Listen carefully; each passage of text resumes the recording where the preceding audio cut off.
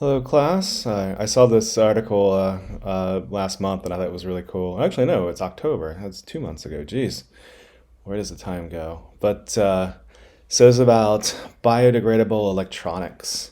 So up here shows an example of one. And I didn't know about this, but I guess Neil Armstrong died. Well, I know that he died. I didn't realize he died from complications after a heart surgery.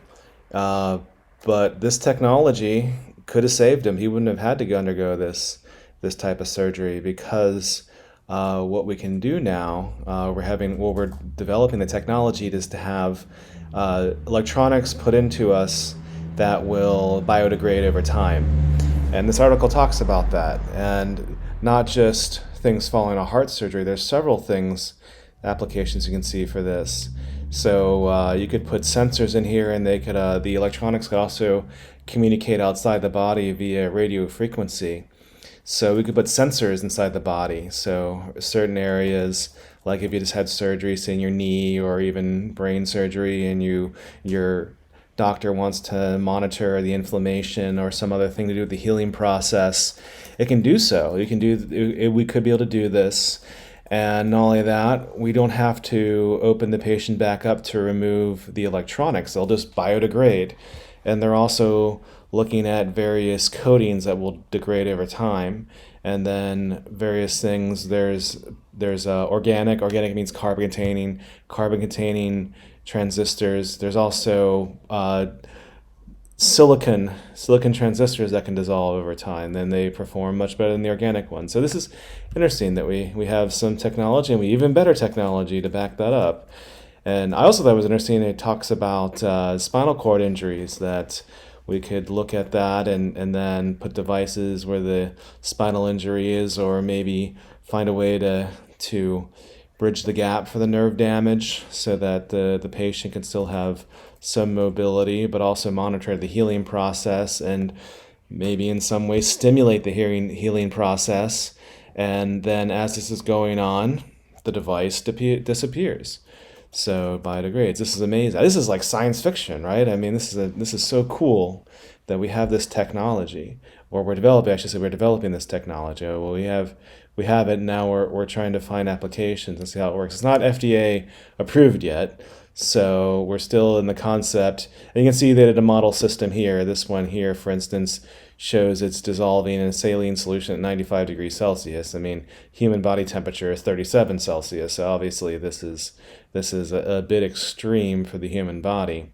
But it shows that we do have, this is a model system, and they're modeling it, and they're figuring out the kinks to it before they move on and start putting it into animals.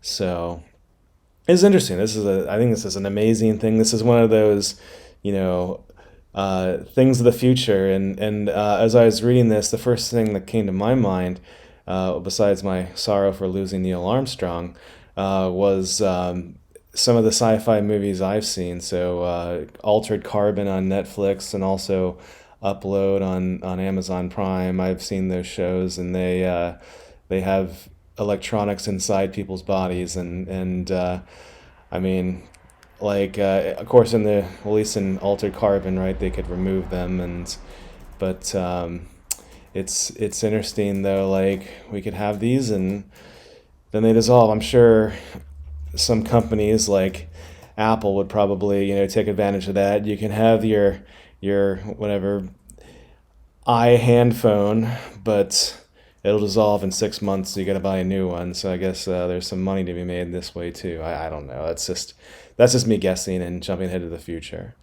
So hope you enjoyed the article, and also it's the last week of classes, and this is a very stressful time. It's a very stressful time, and I want you guys to think about what's going on right now, and I also want you to be very selfish. Okay, so this is the time that you need to think about yourself, and you think about your own sanity. Don't volunteer for that extra job at work. You don't have to necessarily follow your diet. If you're on a diet, I mean, of course, if you have to follow your diet, follow your diet. But if you just don't have time and you need fast food or some pizza or something this week, that's okay. You don't have to take up, do your friend a favor and help the friend move, or help with babysitting. You need to focus on yourself. You need to focus on your own sanity. You need to focus on your classes up until when finals are over, and then you can go back to helping everybody out if and when you can. But right now, nope. Your orders from me are to be selfish and to look after yourselves as much as you can. And also, if you do find yourself, as always, lacking in basic needs, if you're having tough mental health issues, if you're having academic problems, or whatever else it is, please let me know, and I'll do what I can to help. And that can also be after the semester ends. So that's fine too. So I'm going to sign up for now and go back to studying. Aloha.